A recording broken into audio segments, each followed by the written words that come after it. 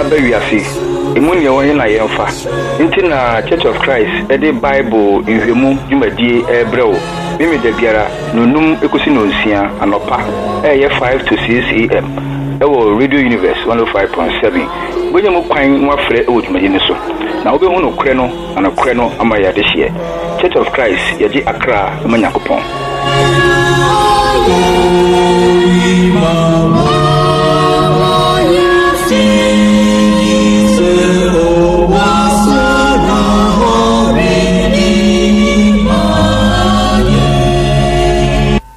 adofo ne atiefo mu nyina ache esama makwaba eba Church of Christ Bible ehwemu dwumadi eso Radio Universe 105.7 yedi akopon ase so ahwe nyina so ama na wotwe akwa pro abeto ye bio yakopon edoye ese di na sie ene yiye ehye din alonyam mo ho etisen Church of Christ asa ba wakwa mu bio yedi akopon ase bio so di ewura afefoforo mu nti emamu nyina afihia pa yakopon na waye o enya wa ho odin ene utumi bi enye usika wo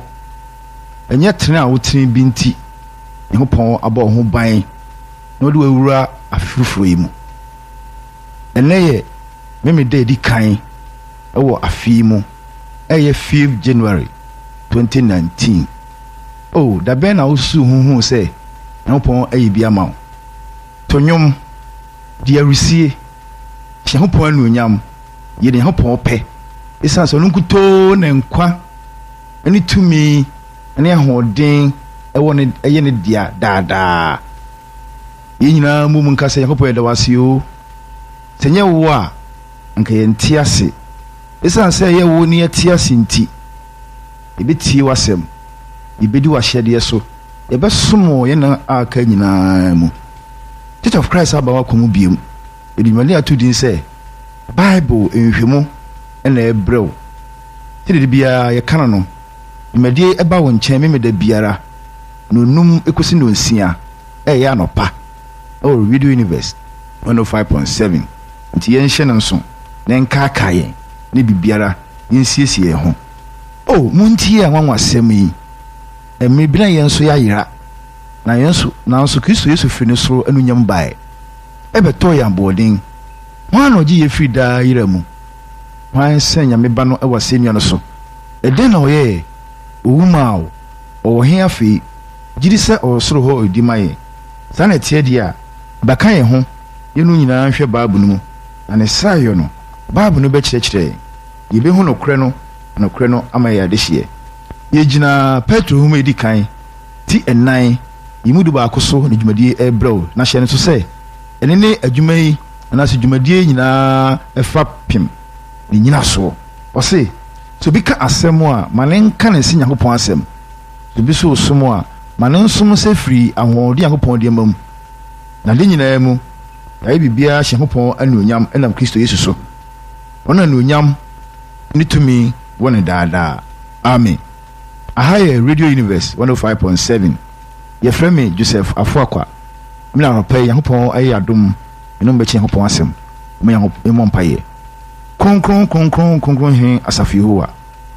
ade nyina sutumfo wona obo so ne asase wona tumi nyina ye wodia ye da wase so ahwe so no nya ne ye bresem timeti Yakopon asem ye so de afum so nyina chen wati ho akwan nyina mu etima ye wapede se ne se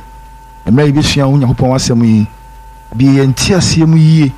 ne ye hu yie ye hwe wachira kwan ne nsomo etu atiefo nyina hye Yakopon sa ye obia bisade ema no mpomra wo de ewura afefufuro mu yi hye obia ne kosoma obia ntiase wo Yakopon asem mu se ya wo nyina mayen etu ye man Ghana hye Yakopon sa aja etu mpenifuo hye Yakopon sa wo wona wa hye ebo bibia o mu ye bia hye Yakopon sa sisi o mu pe na bibiara de o man beko o se yemu de amana apare yen boye ho ban na hyira yen awade nyina mu woni yen hyase na woni enwi asodue mu o Kristo Yesu di mu amen senim di kan e kan ye no ye me Joseph Afuakwa ɛna no pay ɛno bɛkyi Nyankopɔn asɛm na yɛnhyɛ no so sɛ adesua yɛbɛsua yi ɛyɛ adesua a ɛbɛboa me no mmienu yɛsua dedaw na yɛwura foforo mu yi mesan aka yɛadwen biom ne yɛhu yɛanam tuo ɛwɔ kristosom mu ɛde bɛho asɛm no bɛka yi yɛbɛka ɛyɛ tight yiri sɛ na afe atwa mu no bɛyɛ December mu hɔ baabi no ɛpɛnsɛmpɛnsɛ mu ɛhwɛ Israelfoɔ pɛn so ɛkwan a wɔfa so yi ntusurudu anaasɛ tight nti yɛnhyɛ no nso na ansa na no twerɛ ahoma yi to hɔ ɛne ne ahoma a yɛwi biara no biribiara ɛkyerɛ w'adwene no na wɔn nso ɛde aba 0248 70 5629 0248 70 5629 ɛne ne ahoma a yɛwi biara no wobɛnya mu kwan afrɛ ɛmfrɛ no sisi a ne wɔn pɛ sɛ wo test biribi ba nso a wobɛtumi atɛste afa ahoma a mede ma wo nso biom 0506 42 53 48 0506 42 53 48 ɛmfrɛ mfa so ne wɔn wobɛtumi atɛste aba mmerɛ a adesua no ɛkɔ so no wobɛtumi atɛste aba na yɛbɛhyɛ adesua no ase koraa na yɛnka nsɛm wei na yɛmfa nhyɛ ho nkuran nanso yɛma yɛni nna hɔ sɛnea yɛbɛtumi ayɛ Nyankopɔn apɛdeɛ yɛyɛ Ghanafoɔ yi deɛ megyiri sɛ yɛasɛdeɛ sɛ ɔman bapa no yɛgu so ɛyɛ dodoɔ no a ɛnyɛ yɛdeɛ nanso yɛmu kakra a yɛyɛ no yɛnkɔ so nyɛ na ntumi ɛnsane afoforɔ a ɔmu ntumi ntu anammɔ ɛnyɛyɛ ɛdɛ bɛho asɛm na meka ɛfi ho asɛm ɛfi adɔre Ghana ebi a yɛbɛyɛ adwene sɛ yɛka ɛfi a ɛne kristosom ɛkwan bɛ na ɛfa so ɛnante Nyankopɔn ka ɛfi ho asɛm paa mpo mmerɛ a Israelfoɔ no ɛpɛn so no ɔhyɛ wɔm sɛ ɔmo nte ɔmo ho ɛwɔ biribiara mu nti ahoteɛ ɛwɔ nipa brabɔ mu deɛ Nyankopɔn ani gye ho paa Nyankopɔn ɛmpɛ fi nti adɛn na yɛyɛ kristofoɔ ne yɛ ɛne yɛ suban ɛne biribiara ɛyɛ no ɛyɛ fi so hɛ mɔntɛm wohɛ yɛ kwan so ɛne yɛ biribiara yɛfa yɛ ho a ɛfi adɔre yɛyie nti yɛbɛsrɛ bebree sɛ yɛyɛ kristofoɔ yi mpɛ bebree yɛ na yɛka sɛ Ghana ɛyɛ Christian country anaasɛ akristofoɔ na ɛdɔɔso yɛwɔ nyamesom bebree wɔ hɔ nyamesukuo bebree wɔ hɔ ɛsiane sɛ Ghana ɛyɛ freedom of worship nti ɔsom biara wosom biara na ɔma no gye tom na sɛ mbisa ne sɛ ɛduru kwasiada ɛyɛ ɔkyena yɛbɛkɔ asɔre yi a yɛn nyinaa ɛyɛkɔ asɔre 31st yɛtwa mu yi yɛn nyinaa tu anammɔ ɛkɔ asɔre Bible no ɛka fi ho asɛm so hɛ Galatians chapter 5 verse 19 no a ɛmɛ no bɔ bɔne su ahorow bebree nyinaa no ɔka fi ho asɛm nti yɛ kristofoɔ sɛ yɛn na yɛdɔɔso ɛna yɛsɛ yɛso Nyankopɔn deɛ a ɛne yɛfoto kakra a mede ma yɛ nyinaa ne sɛ mmerɛ yɛwura afe foforɔ yi mu ɛyɛ 2019 deɛ ma wɔn pɔtɛm ofie a wote mmɔnten a wonam w'adwuma mu a wowɔ bɔ mmɔden a so bɛyi fi afiri w'akwan mu yɛde memeda biara ɛdi kan wɔ bosome biara asi hɔ ɛsiesie mpɔtɛm mu woyɛ kristo ne wode ho hyɛ mu woprapra baabi a wowɔ sɛ woanyɛ wei mu nyinaa no a woyɛ bɔne o ɛsiane sɛ Nyankopɔn akyi fi nti sɛ yɛ kristofoɔ mapadeɛ a ne yɛpɛ sɛ yɛ man ɛfiri yɛ man mu deɛ a ɛne yɛntu anammɔ ne yɛnyɛ ne yɛsɛ na ne saa yɛ a yɛyɛ no na Nyankopɔn ɛɛbɛn yɛn Nyankopɔn akyi fi honhom fi mu wɔ hɔ honhom fi honhom ɛfi ɛwɔ hɔ ɛne yɛwɔ honam ɛfi paa yɛgɔtam awerɛwosɛm koraa wɔ mu ne sɛ nsuo emuna na nsuo pɛ sɛ tɔ a obi mpa yɛ ɔbɔ ne sɛ nka nsuo no tɔ dendenden na nka ne fie bɔɔra a wayɛ no nkɔ hwie gu gɔtam wohwie gu gɔtam no anafoɔ no a wowɔ atifi o anafoɔ no a wohwie agu mu a wakɔ hɔ no wonua bi wɔ hɔ o ɛbɛha no wɔ mmɔden a ne siesie ɔmpɔtɛ mu yɛpɛ sɛ afe a yɛawura mu yi deɛ Nyankopɔn ɛyie afe ti yɛtu yɛnam yie ɛyɛ Nyankopɔn apɛdeɛ a Nyankopɔn bɛhyira yɛn nti mmɔden anyi ɛfi mfiri ɛtirebea sɛ na wohu Kristo afe atwa mu no wanam otuo o Kristo sum no efa Kristo ho no uhu Kristo sen uhu Kristo se oyobi keke free bebre ba atwa mu ibeka say 2000 years ago obaye no uhu ne sen osombo mawo anu nti ono kra no agye nkwa na Kristo free no soro anunyam bae ebe wuwo ya no mi edu boni nti Oyankopon no fina no nyam eja ho ebae ebe wu ya nti afia ewura mu idie bo modern na hwehwe Kristo no akira kwan hwehwe Kristo no akira kwan na som no ewo wo nkwan na yen kaka ye ho yen ya etimi etie yen hye no so se eye entusuludu na bakwasem kakra ewo apam dada anim no se ne nyina anim no last esua ye no ye kan bibi se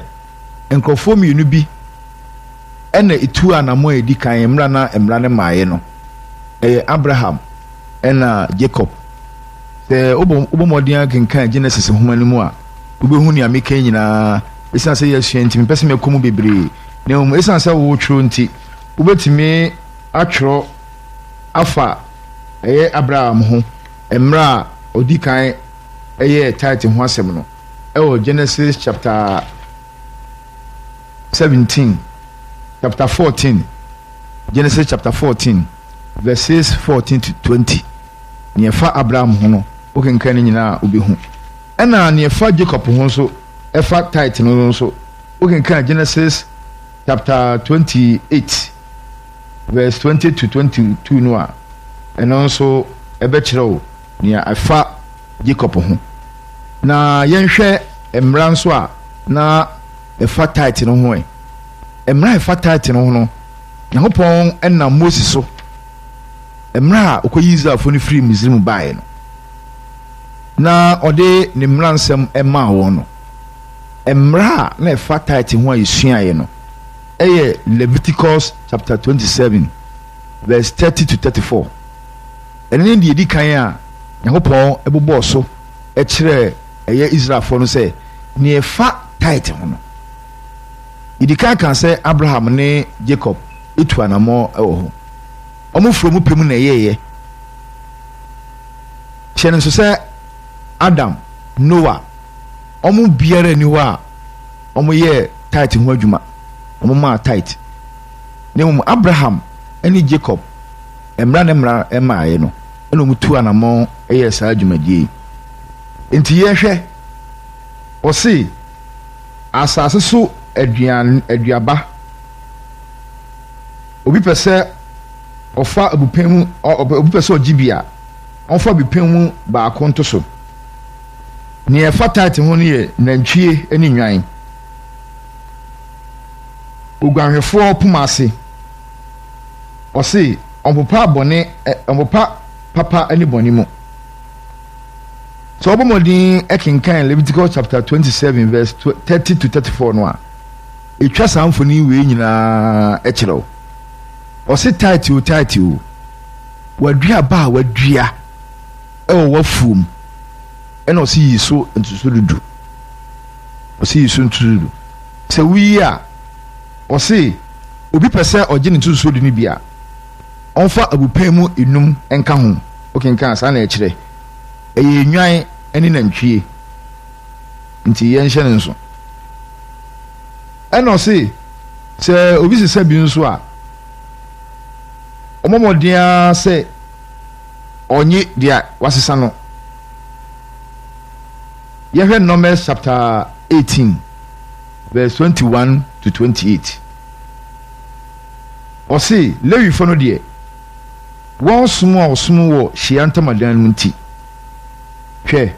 mede Israel mu ntusolu nyinaa mama wɔn sɛ dwapadeɛ na sɛ ntusolu no ɛho ɛwɔ mmara o nti anamo a Israelfo etu nyinaa no ɔse ɛyɛ afom nneɛma ɛyɛ nwan ne nantwie anaasɛ aboa a wonyɛɛ no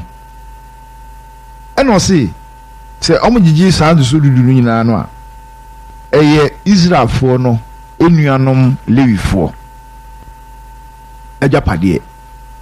na emri bi atwa mu ane yɛ ka ho asɛm no ɛyɛ Lewi ɛyɛ Jacob a ne din ɛbɛsesan ɛyɛ Israel no ne ba na hyɛ no nso sɛ yɛka sɛ Jacob ɛwɔ mma 12 na 12 no ɔbaa na ɛka ho ɛma no yɛ 12 na Israelfoɔ akuntabu mu fa nipa ho no yɛnom mfa ɛma ɛnka ho ɛno nti na mpɛn bebree no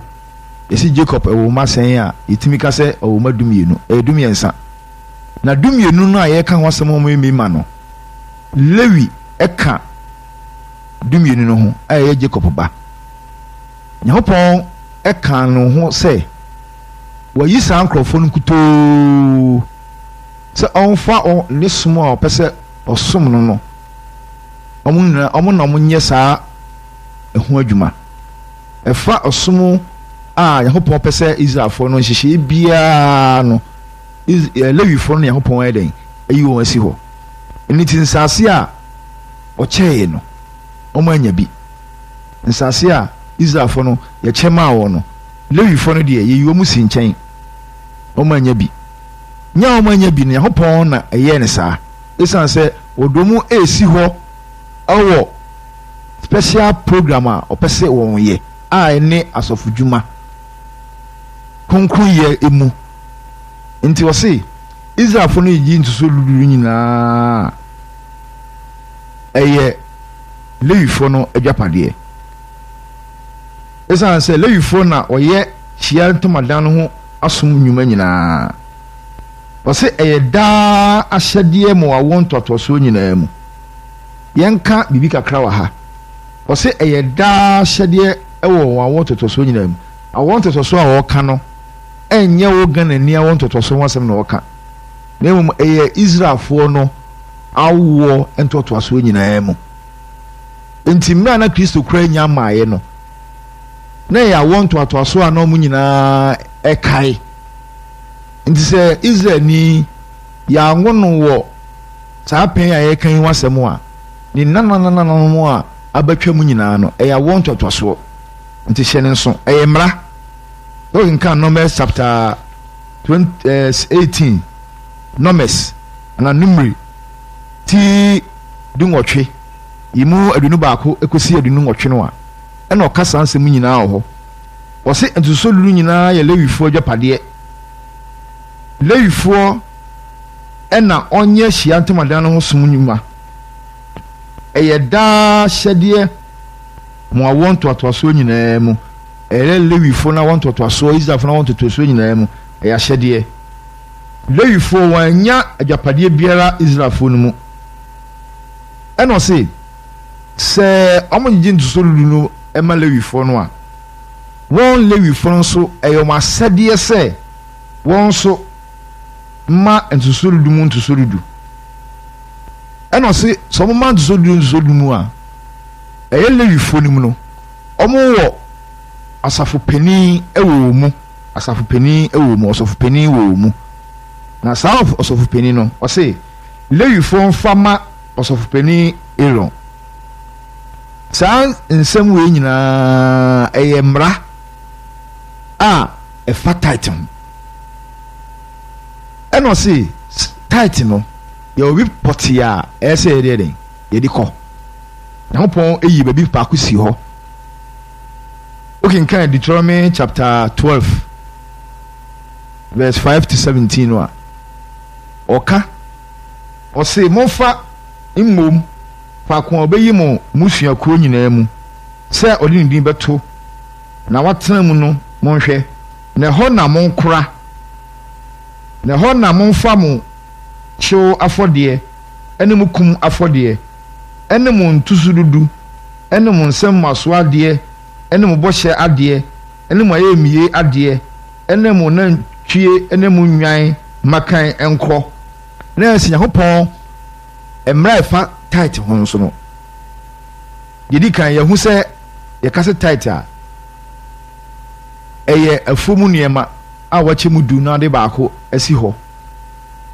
ɔse ɛyɛ nwan ne nantwie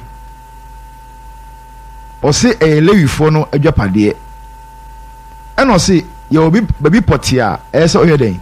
wodi saa nneɛma wi nyinaa ekogu Nyankopɔn na ɛhyɛeɛ ɔse ɛyɛ Jerusalem wɔyi baabi pɔtee ɔse ɛyɛ adekoradan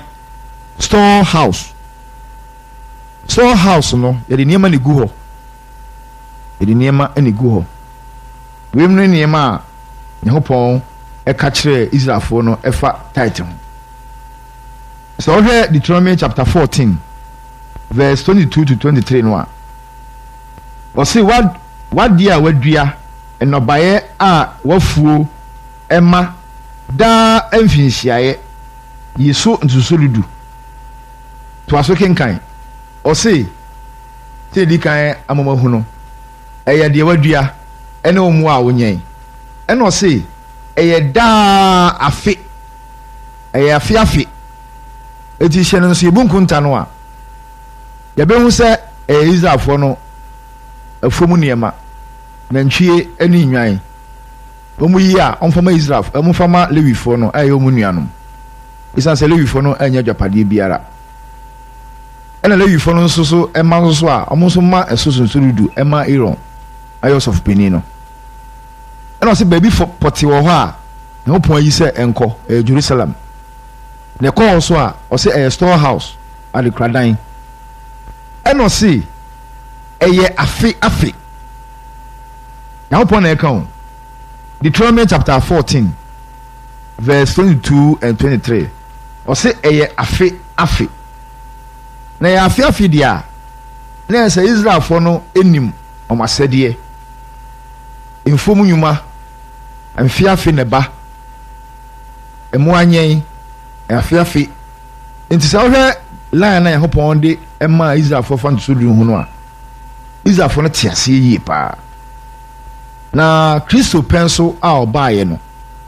yɛn hyɛ no so sɛ Kristo botaeɛ a ɔde baa asase so nyinaa no sɛ ɔbɛgye Israelfoɔ no na ɔsɔgye Israelfoɔ no wie a wagye yɛn amamamufoɔ no nso abɛka ho nti Kristo anama ɔtue nyinaa mmerɛ a yɛwoo no mpo mmerɛ a na ɛfa Mose nsɛm ho nyinaa no na wɔfoɔ edi so pɛpɛɛpɛ ɔno nso edi so bibiaa mu na ne ɛfa tithe ho ɔka ho asɛm a ɛwɔ apam foforɔ no mu a mpɛ bebree no yɛtaa ekotu no so hwɛ Matthew chapter 23 verse 23 a na hwɛ Luke chapter 11 verse 42 no a ne nyinaa ka asɛm korɔ no a ɔsɛ mu nue mo ahwɛfoɔ atwerɛfoɔ ɛne Farisifoɔ nyaatwomfo sɛ mo yi ɛmɛ ɛne nunum ho ntoto ɛne ntɛtɛ ho ntosorudu ɛma na mogya mmara mu deɛ ɛsomboɔ no na mogya mmara no mu deɛ ɛsomboɔ no atamuo ne mmorohu ne gyidie yei na ankasa sɛ moyɛ na manya baako no nso asɛm a Kristo ɛka no wɔ ha no na ne pɛn so a na wonya nwuiɛ no na ɔnkɔndɛmo tithe anaasɛ ntosorudu o na ɛkwan na Farisifoɔ no mo sɛ ɔbɔ nkurɔfokuo mmienu bi wɔ ha ɔsɛ atwerɛfoɔ ne Farisifoɔ wɔn na Israelfoɔ no nyinaa nim wɔn sɛ wɔn sombo ɛwɔ wɔn som mu nti wɔn nso take advantage ɛde ɔhaw kɛseɛ bɛɛden ma Israelfoɔ no ntosorudu na wɔn yi no wɔn pɛn so no sɛne wɔn ayɛ no spices kitchen spices nneɛma a yɛde yɛ frɔyɛ no mu ne mukase ayi no sɛ ɛfa moko ɛne nneɛma bi a ɛkeka ho no wɔn pɛnsɛmpɛnsɛ mu na baba akokora atɔ fam kora wafam ɛna Kristo ka kyerɛ wɔn sɛ yɛwɔ mmara no nea ɛsom bo paa mogya to hɔ ɛne mmɔborɔhu sɛ mbɛhu nipa mmɔbɔ mbɛdi ama ahiafoɔ mbɛni ama nea ɔni bie so eti asɛm a Kristo ɛka no ha no ɛnyɛ asɛm a ɛkyerɛ sɛ Kristo aba pa foforɔ mu na ne som a ɔde ba no ɔde ɛyɛ ntosorudu so bɛyɛ ne nhyehyɛeɛ ɛyɛ apam dadaa no ntosorudu anaasɛ tithe a Israelfoɔ no nyinaa anim no ɛna ɔka atwerɛfoɔ no ne farisifoɔ no anim ɛkwan a wɔfa so a wɔyɛ no ɛbɛba kristo nso baeɛ no sɛne ɛyɛɛ nti yɛho tight no deɛ a obi bɛka sɛ wɔka sɛ yɛnyi tight na kristosom saa bere so no dɛn na akristofoɔ nso ɛnyi na quotation baako a mpɛ bebree ebinom ɛde bɔ nipa ehu na ɔmo ka no yayaaya sɛneɛ wokenkan a ɛbɛbɔ ehu aka sɛ ɛne ma anyi tight deɛ a ɛneɛ megyinabea ɛwɔ Nyankopɔn anim ɛte sɛn sɛ ma anyi tight a megyinabea ɛwɔ Nyankopɔn anim ɛte sɛn ɛyɛ Malachi chapter 3 verses 8 to 12 sɛ ɔsɛ nomiɛ nka nea wɔnyi nti so rudu nti saa nneɛma wɔtumi bɔ yɛ ho yie paa ɛsiane sɛ wɔbɛka sɛ wɔ Bible mu na wakɔtu no saa kɛkɛ na hyɛ no nso sɛ ɔsɛ ɛyɛ ahyɛdeɛ mo awɔ ntoatoasoɔ nyinaa mu awɔ ntoatoasoɔ a ɔka no sɛ medi kan na ɔkaeɛ no ɛnyɛ Ghanafoɔ ɔsɛ ɛyɛ Israelfoɔ no awɔ ntoatoasoɔ mu ɛyɛ daa hyɛdeɛ ɛma wɔn na Israelfoɔ no ɛwo na ɔmuwu na ebi ba na ɛkɔ nyinaa no na ntusoludu no ɛkɔ a wɔfa so ɛyi no na ɔmo nyɛ ne sɛneɛ ɛsɛ na ɔmo agya ato hɔ ɛwɔ mmara ɛfa ho nyinaa sɛ yɛmfa ma Lewifoɔ no na ɔmo nyɛ ne sɛneɛ ɛsɛ ɛno nti na Malachi chapter 3 verses 8 to 12 no odiifoɔ Malachi ɛka ho asɛm ɛwɔ hɔ na hyɛ no nso sɛ ɔse yɛmmɔ mmɔden ne yɛnhwɛ sɛne na ɔpɛ sɛ ɔkyerɛ Malachi chapter 3 verse 8 to 12 ɔse onipa bɛfom Nyankopɔn afa onipa no a ɔyusu no wɔ ha no ɛyɛ Israelfoɔ ho asɛm na ɔka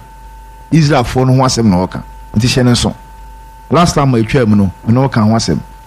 ɔse onipa bɛfom Nyankopɔn afa sɛdeɛ mɔfom me afa yi nanso mu bisa sɛ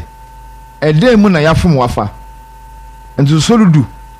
ɛne maaso afɔdebɔ emu 9 no ɔde nomeɛ adome mu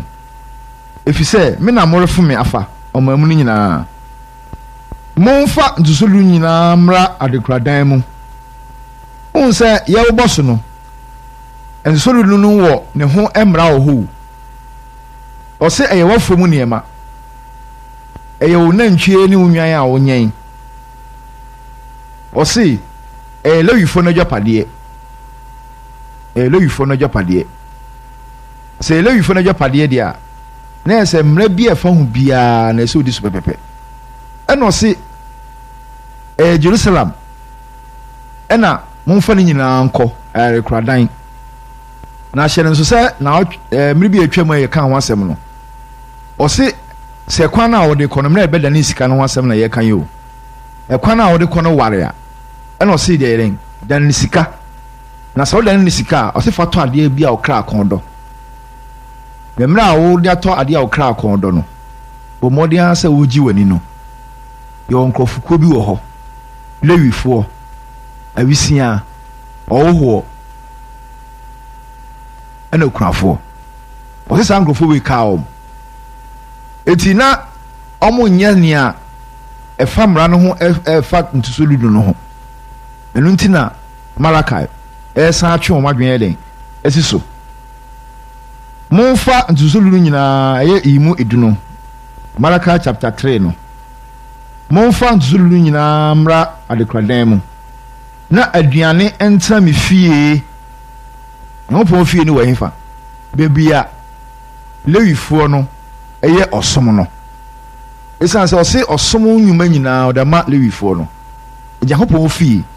na aduane ntena me fie na momfa yei nsɔ me nhwɛ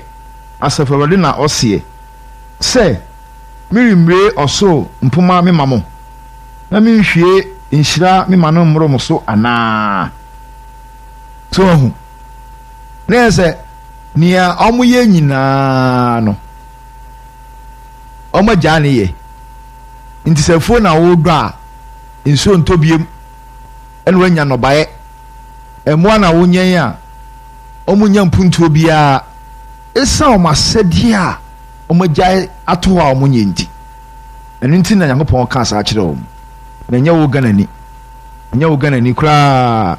nti yɛnhyɛ ne nso yɛba Kristosom mu a Kristosom nso wɔ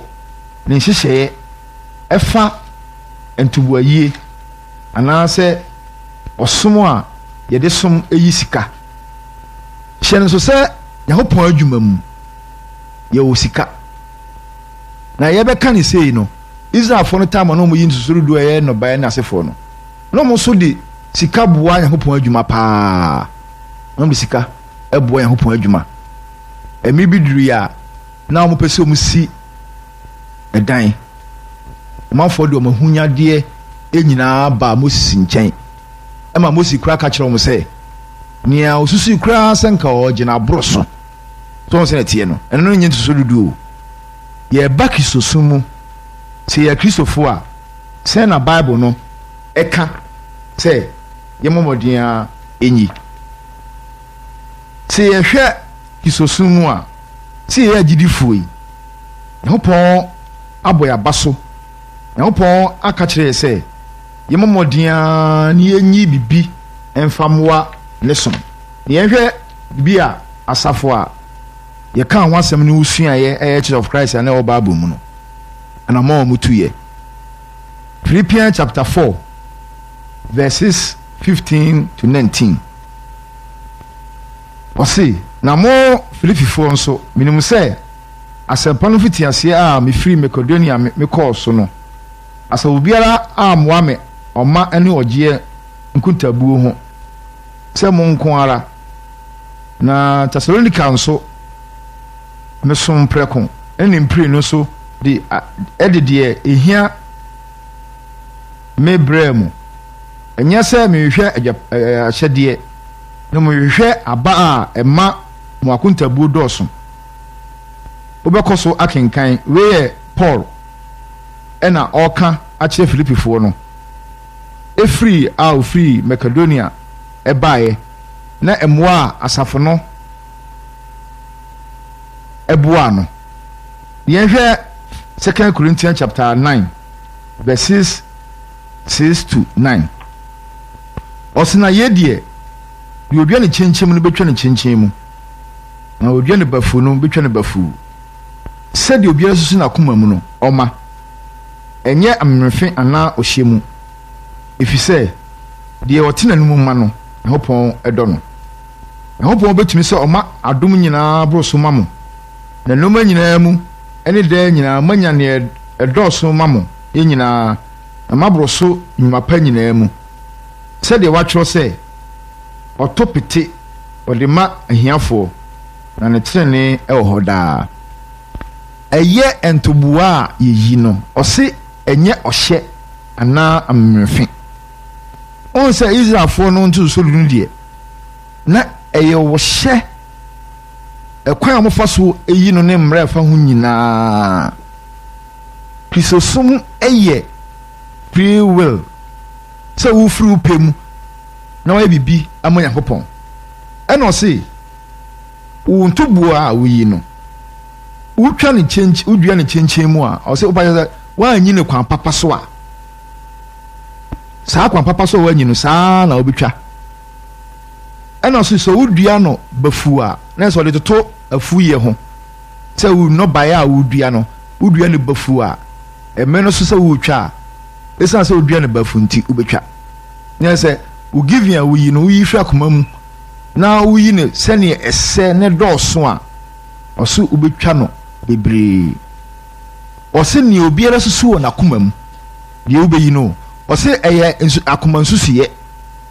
akoma na wode susu sɛ madeɛ a makɔtɔn me sika a manya no mesusu sɛ meyi see ɛboa Nyankopɔn a adwuma a ɛbɛboa na sɛ akoma na ɛsusu ama wo nti akoma na wode ɛdɛn wode susu ɛna ɔse ɛnyɛ amemrefe sɛ sika no a woyi no obi hyɛw nti no woyi wie pɛ wokɔ fie akɔbu ada daabi ɔse ma ne mfiri wakoma mu ɛsiane sɛ ɛfiri wakoma mu na woyi nti no woanyi amfiri amamfiri mu ɛna ɔse sɛ woyɛ saa Nyankopɔn dɔ nea ɔte n'anim ɛma na sɛ maa wo ma no woamfa mmerɛmfe wofiri akoma mu ɛna wobɛma Nyankopɔn yɛ dɛn ɛdɔ na ɔto anim ama nti yɛnhyɛ ne nso nti na sɛ kisosom ɛwɔ yɛ giving anaasɛ yɛn tubu ayie a yɛde bɔ Nyankopɔn adwuma no ɔse ɛnyɛ ammerɛmfe na ɛnyɛ ɔhyɛ no a ɔka no ɛnkyerɛ sɛ ɛyɛ sɛ wo ma wo ne ho mu no obi megyina wo kɔn so nka sɛ tuasei fa sei ɛma ɛyɛ ntoboa no daabi ɔhyɛ no a ɔka no wɔ hɔ no wobɛka sɛ ɛyɛ ɔhyɛ deɛ a ɛnɛ mekɔ koraa no a ɛnkame sɛ meyi a ɛne sɛ meyi daabi ɛyɛ wo duty anaasɛ ɛwɔ asɛdeɛ sɛ Nyankopɔn ɔse nea asi wo yie yɛbɛba ɛno so nti yɛnhyɛ no nso nti ɔhyɛ no a ɔka no hɔ no ɛnyɛ sɛ mepaa na mema daabi ne wɔ mu sɛ obi bɛgyina wo kɔn so atwa ɛboa ma wo sɛ tuase wosi Israelfoɔ pɛn so no na yɛ wade pɔtee si wɔ sɛ yɛsei ɛyɛ ntoso dudu no ɔsɛ wadeɛ a wanya no kyɛmu edu na yi baako na yɛ sɛ mmara da ho ɛyɛ ɔhyɛ a ɛyɛ sɛ woyɛ wei deɛ ɔse ɛnyɛ ɔhyɛ sɛ yi 20,000 anaasɛ 200 daabi ɔse firi wakoma mu ɛna ɛma nti ɛhɛ 1 Corinthians chapter 16 verse 1 to 3 no a ɔse na ɛfa ɛtoɔ a ɔde kɔma ahotefoɔ no ho deɛ sɛdeɛ mehyehyɛ no Galatia asafo no mu no mo nso monyɛ saa ara tie no yie o Paul ɛna ɛkyerɛ Korintifoɔ no ɛkwan a ɔmo mfa so ɛnyi ɔmo ntoboa so ɔse na ɛfa ɛtoɔ a yɛde kɔma ahotefoɔ no ho deɛ sɛdeɛ mehyehyɛɛ no Galatia asafo no mu no mo nso monyɛ no saa Galatia asafo no mu no ɛwɔ ha no Galati no ɛyɛ kuro asafo a yɛka ho asɛm a sɛ ɛwɔ hɔ no ɛyɛ Kristo asafo a ɔbɛtee no Pentecost da no a yɛfrɛ no Kristo asafo anaasɛ the Church of Christ ɛna ɔse sɛdeɛ mehyɛɛ mu no monyɛ no saa verse 2 no daa na awotwem da a ɛdi kan no mu biara mfa deɛ ɛbɛsi no yie no ama wanya no nsie na maama ansa na wagye toɔ no asɛm a Paul ɛreka no wɔ ha no na Paul ɔkyinkyinkyinkyin nsafosafo no so nti adehiadeɛ bi ba na sɛ ɔpɛ sɛ ɔde kɔboa asafo wei a ɔnante nti deɛ ɔka no wa sɛ ɔmo ntwɛn ma ne mma ansa na wagyegye saa ntoboa no ɛsiane sɛ ɔdwuma di pɔte a ɔde den ɔde kɔdi ɔse deɛ obiara asi no yie na sɛ ntoboa yie no ɛsi wo yie ade biara wayɛ a asi wo yie ɔse daa na ɔtwum da edi kan daa na ɔtwum da edi kan na ɛkɔsia da daa na ɔtwum da edi kan ɛkɔsia da nti ɔsɛ saa da no ɛna saa ɔmo ntoboa no a ɔmo asiesie ne nyinaa firi Monday a besi no mummoa no na ɔba ɔbɛfa verse 3 na menya me ba mama wɔn ɔde nhoma bɛkyerɛ sɛ ɔsɛ no de mo ayɛdeɛ no nso akɔ Jerusalem so wɔn sɛ Paul nsɛm a ɔka nyinaa no sɛm di kan kan no obeduru hɔ no ɔbɛgye akyɛdeɛ no a ahotefo a ɛsɛ de kɔboa wɔn mu hia a ɛwɔ asafo no mu ne nsafo no nnwuma no ɔbaa ya na wabɛgye ɛna ɔsɛ menya me ba mama wɔn ɔde nhoma bɛkyerɛ sɛ ɔsɛ no de mo ayɛdeɛ no akɔ na sɛ nkurɔfoɔ bi a asafo no ɛsɛ ɔmo tu ɔmo si hɔ na ɔmo de saa ntoboa no ɛkɔboa nsɛnhwɛsoɔ a ɛwɔ apam foforɔ no mu ɛfa apam so kisosum no tie nyinaa hyia ɛyɛ kwasiada no ɛsi yi ntoboa yɛde boa Nyankopɔn adwuma ɔsɛ daa na ɔtwum de kan momfa deɛ ɛbɛsi mu yie no na manya no nsie maama ansa na mayi toɔ no enti ne yɛfa tight a yɛaka ho asɛm ɛwɔ apam dadaa no mu a kristosum isosumu kura no ntoboa ye yi di abo Nyankopɔn adwuma no enye nsorudu ɔse ɛyɛ free will a free upem ɔse enye amrefe ana ɔhyɛ ɔse Nyankopɔn dɔ di ɔtene no eden ɛma nti isosumu no ye giving ana se ye ntoboa ye no enye ɔhyɛ se ne kan ɛkan ye no nti ye nhyɛ ne nso ene ye wɔ free will contribution so wɔ hɔ sɛ akristofo ahyia sɛ yɛ Monday o sɛ yɛ Tuesday o other day bi a bɛhyia biara akwanya ba sɛ ɛsɛ yi bibi de boa bibi no sɛ Nyankopɔn adwuma anaasɛ obi ho akyere no ɛsɛ yɛyɛ deɛ wɔhwɛ soɔ ɛmra asafo no hyɛ aseɛ Pentecost da no Acts chapter 4 verse 34 to 37 ɔsi nanso na obiara ni omu a bibi hia no na wɔn asase ana adan tontɔn na ɔde deɛ ɔtɔn no tire adeɛ bae de begu asomafo no n'ase na ɔhyehyɛ mu ma obiara sɛdeɛ hia no na Joseph a asomafo no too ne din Barnaba a ne nhyiraseɛ ne afutuo ba a ɔyɛ Lewi ni ntie ne yeo ɔse a ɔyɛ Lewi ni ana wa mo nzoli hu asɛm wɔ ha ɔse a ne nhyiraseɛ ne afutuo ba a ɔyɛ Lewi ni a ofi kripo mamu no wɔ asase bi na ɔtɔn de sika no ba begu asomafo no naase o sa asafo no hyɛ aseɛ no alihiade a na asafo no hia no bebre efiro mu pem ebeyiye de bɔ Nyankopɔn adwuma enti kisosum no yɛwɔ free will contribution ɛso wɔ hɔ ɛmra asafo no nyinaa hyia kwasiɛ da ne ayɛ ntubua ne de bɛboa Nyankopɔn enwuma ahoroɔ enyinaa no other days so a behia sɛ yɛhia sika de aboa bibi no nso yɛnkyekere yɛn nsa ngu yɛkyi sɛ yɛtwa ma kwasiɛ da yɛden adu etimi bibi de boa sɛ yɛate sɛ obi yare dendenden yɛsɛ yɛtwɛn kwasiɛda na kwasiɛda duru a yɛyɛ ntoboa dabi ɛno nso yɛnhyɛ no nso 2 Corinthians chapter 8 verses 1 to 4 ɔsɛ nanso anuanom yɛrema mahu Nyankopɔn adom a ɔde adom Makedonia asafo no ɛfisɛ wɔn ahoyɛhia sohwɛ kɛseɛ mu no wɔn anigye boo so ma wɔn hia bebree mu mpo oyi ayemuyɛ kɛseɛ kyerɛɛ tio ɔse ɔmu hia free will ho asɛm ne yɛka wo bibi alihiadeɛ bae a asafo no yɛka asafo no a ɛno asua ɛho asɛm Church of Christ a na ɛwɔ pɔntɛpɔntɛ bebree no na hia bebree wɔ hɔ a obiara pɛ sɛ ɔyɛ contribution de kɔboa na Makedonia asafo no deɛ na ɔmo wɔ hia mu paa na ɔmo wɔ ahokyerɛ mu paa nanso ɔmo nya ntease okisosum mu sɛ ɔma so ɛka kisosum ho obiara yi ne deɛ den ɛde ba ɛna Paul ɛbɔ ɔmo aba so sɛ ɔmo hia mu mpo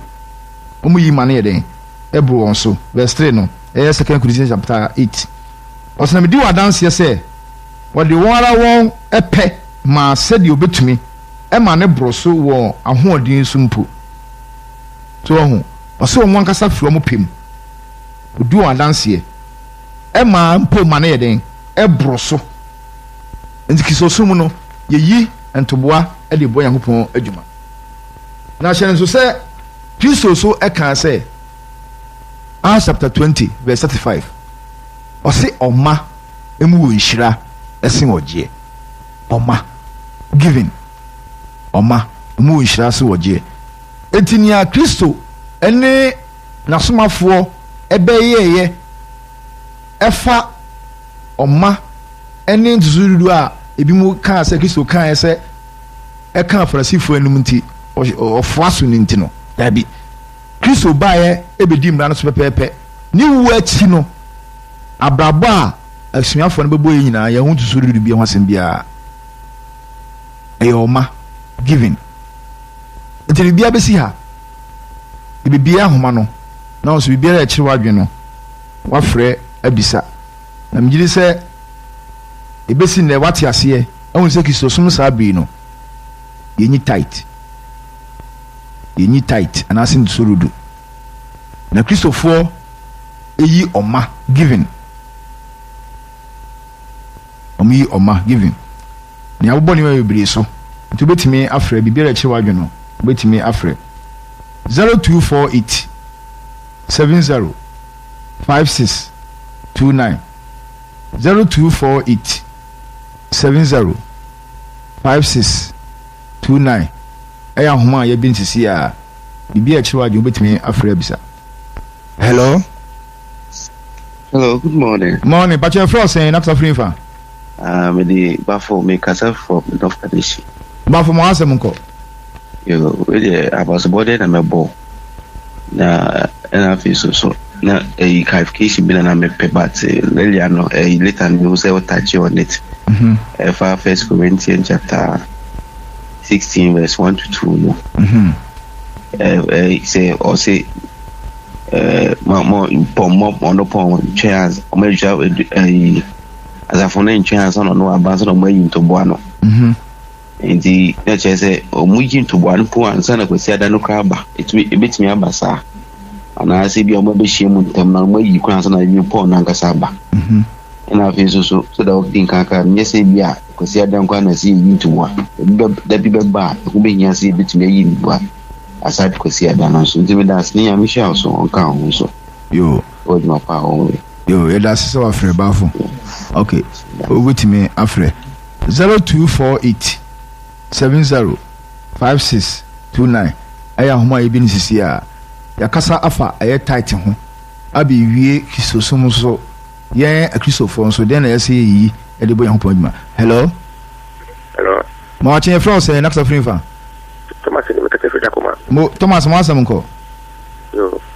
na uka di bisa, galaxy ang asafo. Na bisa mo say.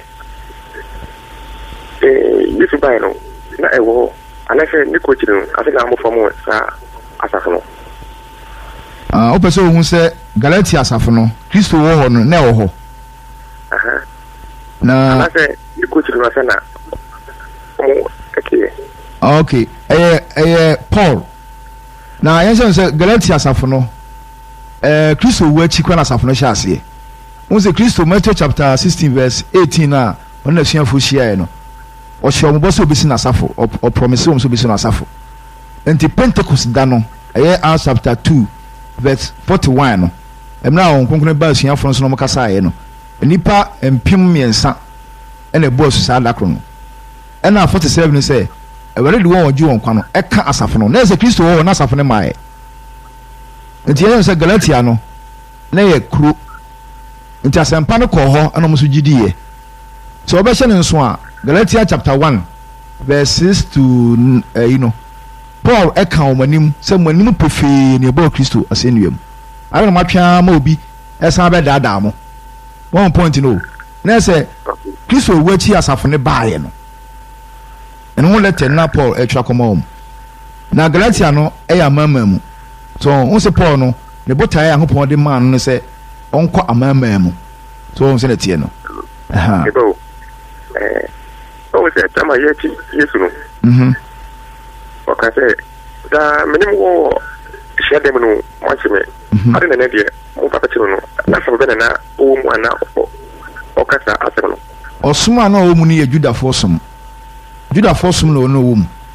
enti na okohye dem so okohye dem koka wonse wo okohye dem ho a no man kasa ma na opportunity say obi ka wonka enu bi na Paul so no ma ne kwan no so wo se na tie no enti na Kristo kansa mu wo hye dem no kenkan Bible no so he ba bi a Isaiah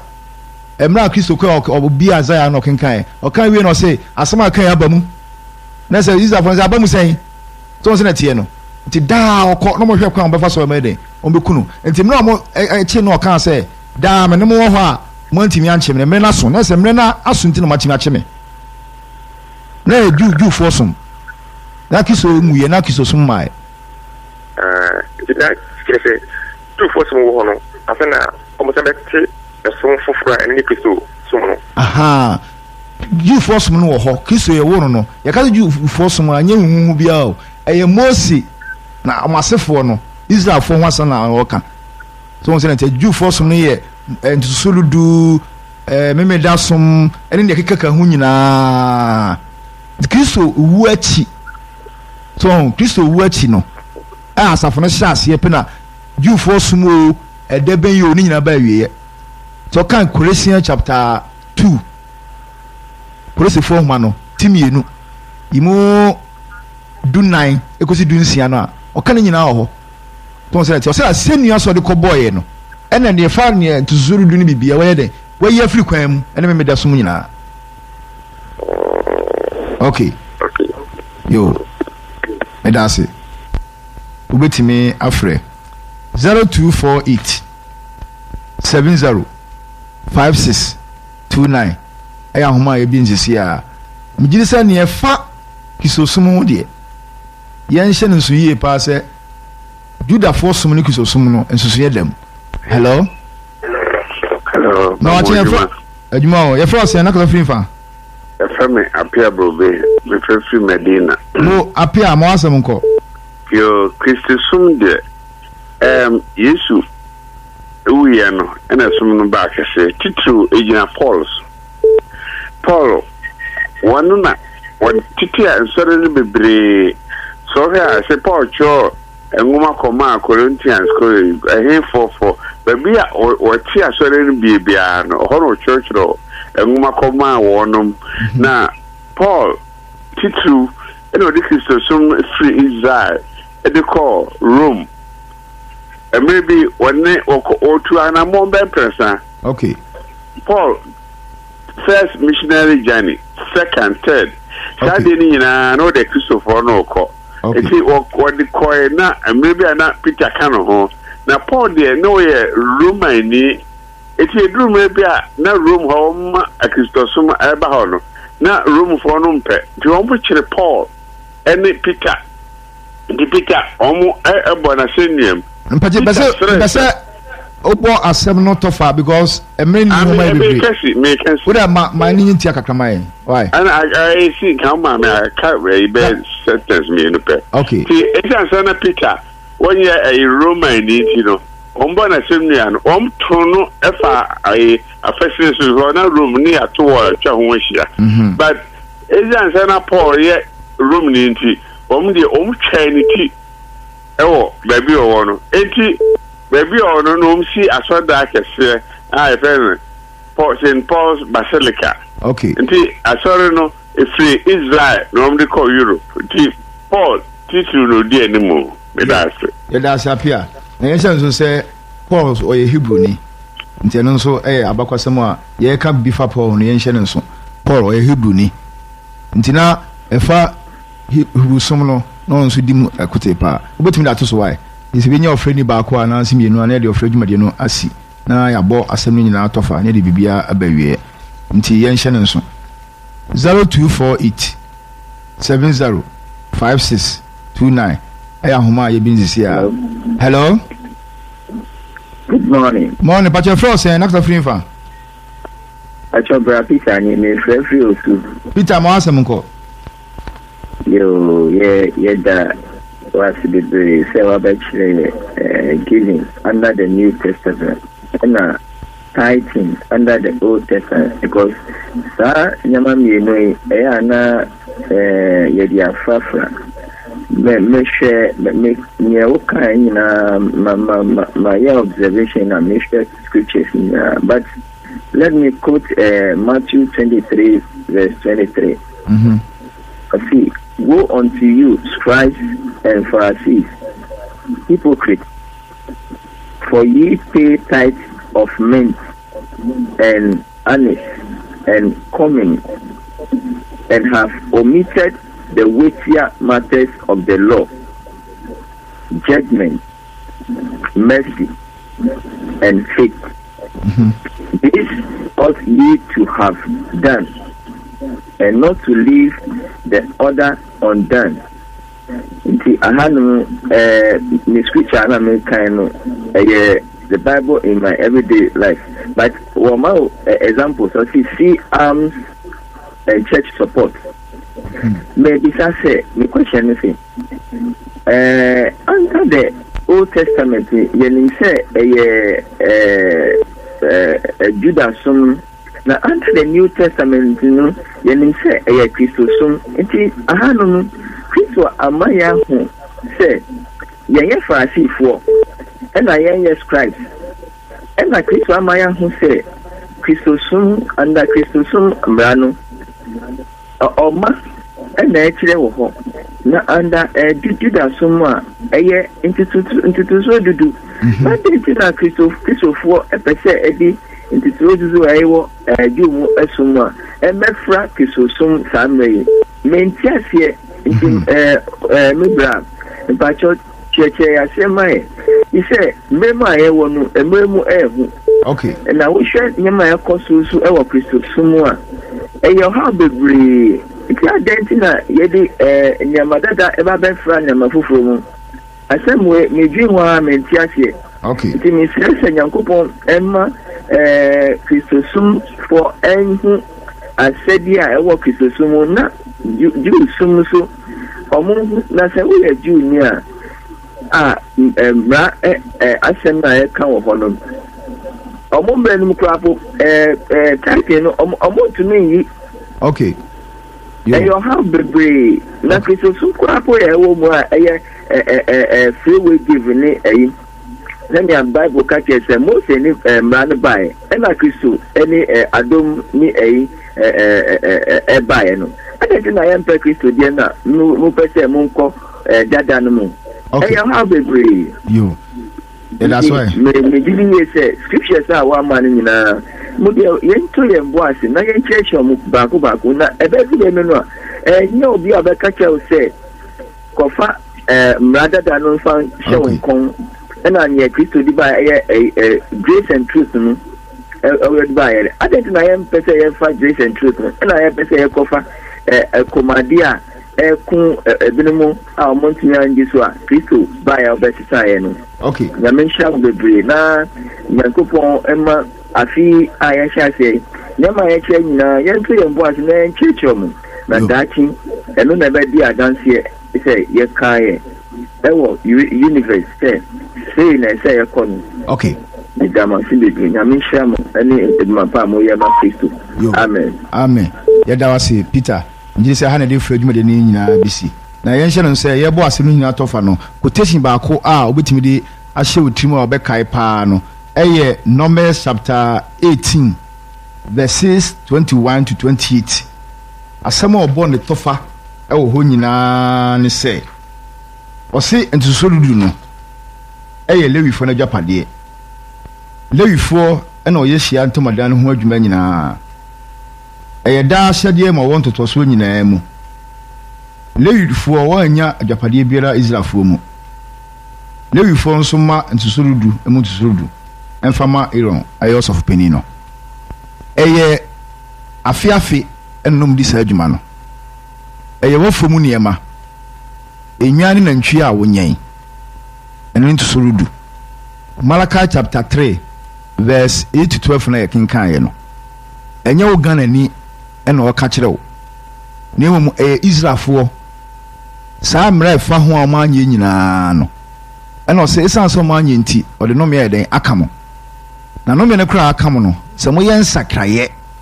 na se mo san ba ebedi mra no so pepepa o se ho pobeto osuru nsuo agumafu mu oba mi bia akoso yi amamo eti mo mo ana mo kotu quotation no ele ka o mo nsem epe bibi aye no enye wo ho asem na Bible ne ka wo se wo po wo ho asem e wo Bible ne mu dia Kristosum eba aye no entuboa ese oyi no o se ese firi wakoma mu o se enye ohye anammefe ohye na ka ma chichi mu se o kaso enye ohye a eno nche se o pa na obeyi ohye ne se emo obi ntwa ebo mawo chechinchina twia 100,000 ana se 50 Ghana dabi ho eno ne ohye a o ka no ebebre take advantage se o se nye ohye nto ba betrase a o Bible ne se nye ohye not o dabi eye wo Christian o duty say ni asi wiye esa o de ma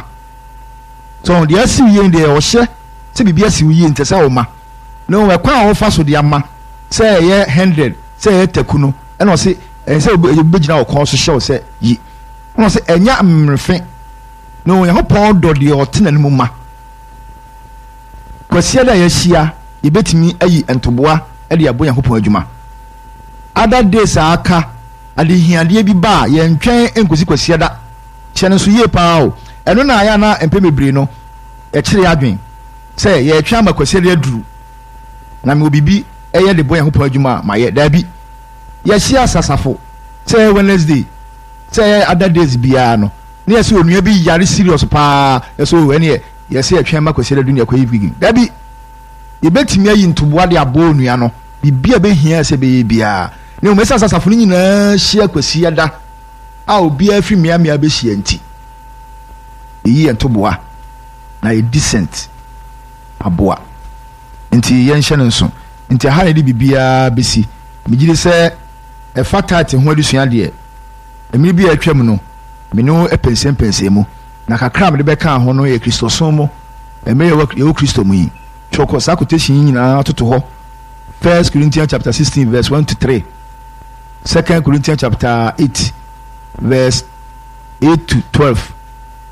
2 Corinthians chapter 9 verse 6 to 9 Acts chapter 20 verse 35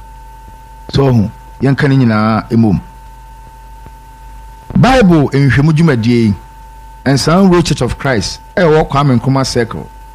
ofiri Vodafone a obɛkan ɛdan ɛnan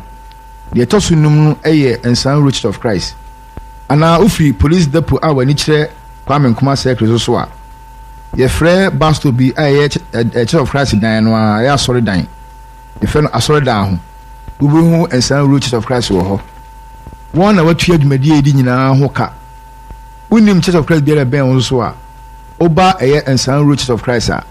obɛma wahuni a baabi a wote no ne ɛbɛn wo na wakɔ so no mu ayɛ disua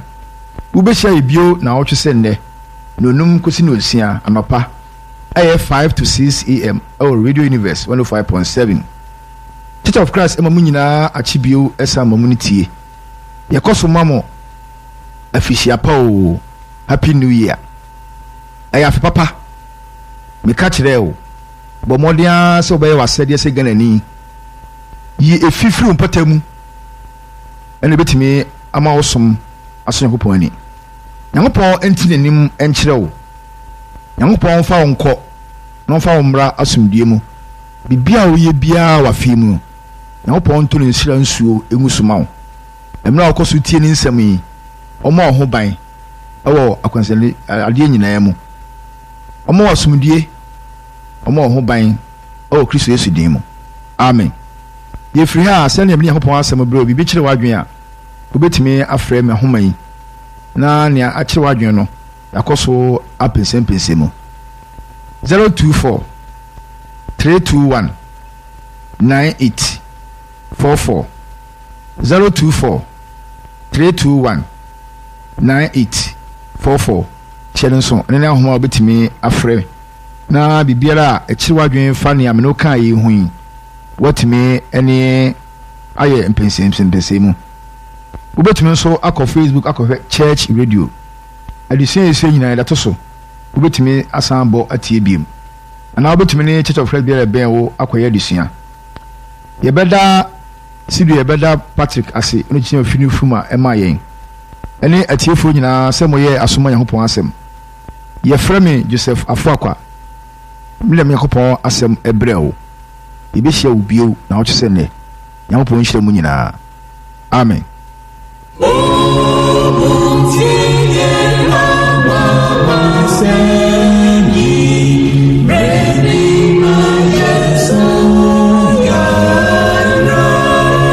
ɛnkyɛkyerɛ bebree na aba wiase emu nea wɔnyɛ na yɛmfa nti na Church of Christ ɛde Bible nhwɛmu dwumadie ɛbrɛ wo mimi da biara nonum ekosi no nsia anɔpa ɛyɛ 5 to 6 am ɛwɔ Radio Universe 105.7 wonye mu kwan wafrɛ ɛwɔ dwumadie no so na wobɛhu no korɛ no na no korɛ no ama yɛade hyeɛ Church of Christ yɛgye Accra ama Nyankopɔn